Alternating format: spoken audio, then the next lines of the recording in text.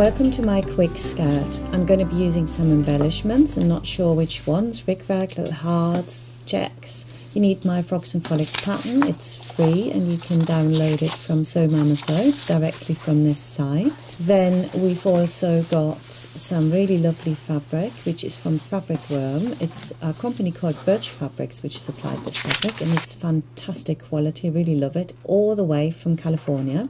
Check your pattern scale, and that should be exactly 5 centimeters, and if you've measured that, you know, yep, it's all right. The patterns have different flowers indicating whether they are front or back. So white is front and pink is back. Cut out all your pattern pieces and then assemble them according to which color flower you've got on them. So for example, for this size, it's different at different sizes. So for this size, I have got 3 front pieces, 2 back pieces, which I'm assembling here. And I've got these attachment lines and they disappear, and I just put my notches on top of each other and sellotape across it. You can also see this little arrow line here, and what that means is the fabric has to be placed on the fold when you're cutting out. So if you fold over your fabric along the selvage, then you have a fold, and that's where your dart or arrow has to go. On the front, I've got my 3 pieces, so I put A and B together, then C. And finally I do my waistband. Now how does this go together? It's actually got straight side seams, so you could just have them overlapping, provided you make it long enough to fit the waistband. So you could sellotape those if you wanted to do that, or you could do them separately. So how does the skirt go together? Once we've closed the side seams, we're going to put the waistband on, and then once that is done, we're going to close, I call my dart a magic dart because it creates a lovely little pleat. So you can see it here on the finished skirt. The dart disappears to the inside, and it's a really lovely feature. For everyone that wants the really quick skirt, what you want to do is just do the turned up hem, or you could do the hem, which is my fancy hem, and it's got a trim on it, which I also finish off with some bias binding. And the bias binding is also at the waist, which makes it look really clean and not at all homemade. The only time I use zigzag is on the darts to finish them off, and on the side we use French seams. And it makes a beautiful skirt, and it's very, very quick to make. So cutting out, like I said, put your fabric on the fold and then put your front piece on, and underneath it you can straight away put your back piece. When you're pinning, you want to really put the pin through until you hit the table, lift the fabric, push the pin through and then let it back down. None of this putting your whole hand underneath it to make the pin go in. Then the dart is cut away entirely for the front piece. And all you have to do now is to cut your back, and then your waistband again, that's cut on the fold, and we're ready to go.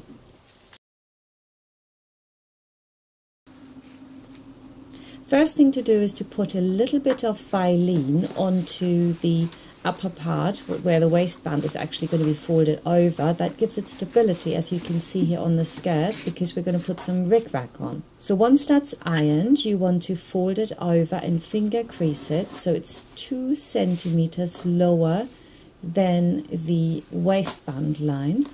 And then we're going to sew the rickrack on, and I've done that here. So if I fold that back now, the rickrack is in exactly the right position, as you can see here on the finished skirts. Now we're going to do the side seam. So other than what you normally would do, you want to put the right sides facing each other and sew them together with a seam allowance of 4 millimeters or 5. Cut them back just like that. Then turn over the fabric to the inner side again and wiggle it out with your hands, and now we're going to make a really cute small seam. You want to sew about 4 millimeters from the edge. You need to find a fixed point on your sewing machine. It's like really important that this is not wide, because A, then you would have more than a centimeter seam allowance, and B, it doesn't look very nice to have a wide French seam.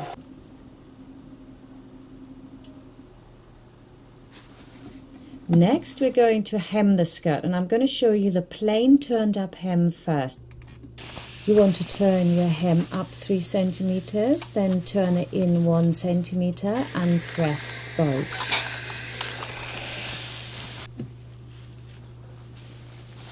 And finally, we're going to top stitch this, and it's very important that you are lining up the edge of the fabric rather than looking too much at where your needle goes, because it doesn't matter whether it's a little bit wider or a little bit thinner to your seam line, as long as it's even on the outside, because that's what you're seeing. Now for my super duper hem trim, you want to have a 5-inch wide strip that is long enough to go all the way around the skirt. Then put it underneath the skirt and just leave enough so you have a centimeter seam allowance, which we're going to close now. We're going to construct a seam here, iron the seams apart, and then iron it lengthways like this. So now I'm just going to tuck my skirt in there and then sew all the way around it with a 1 centimeter seam allowance. And I've done that, so the next step now is to make this nice and neat and put my binding on. So iron your binding in half and then sew it on.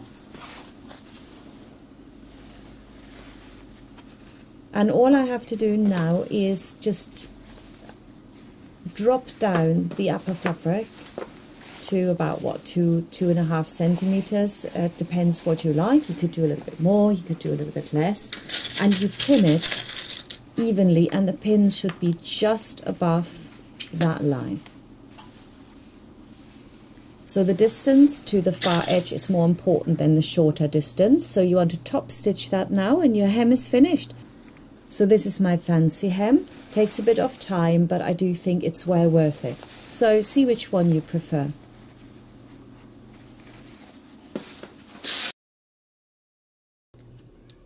Now we're ready to put the waistband on. The waistband is just simply sewn from side to side all the way along with a 1 centimeter seam allowance.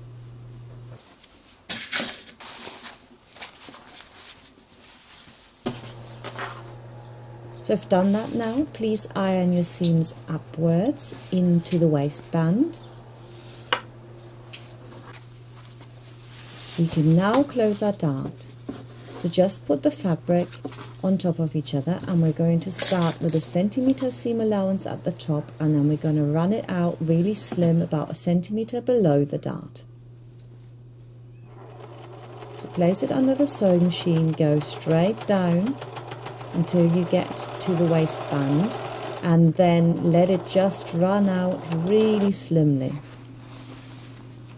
Then you just zigzag over the edge to make it all nice and clean.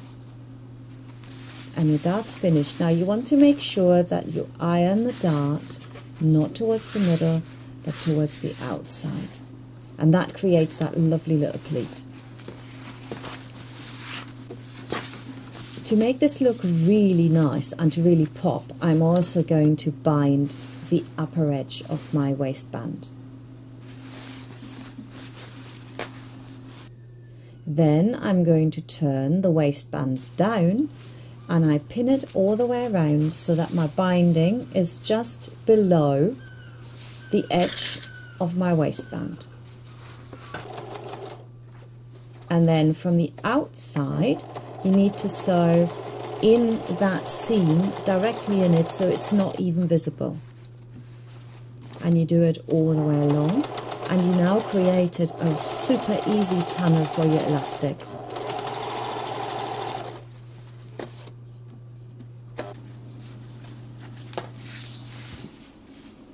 The next thing is to put the elastic in, and that really depends on the circumference of the child's waist. So you might want to measure that, and you want to be about 2 inches smaller because elastic needs to stretch a bit.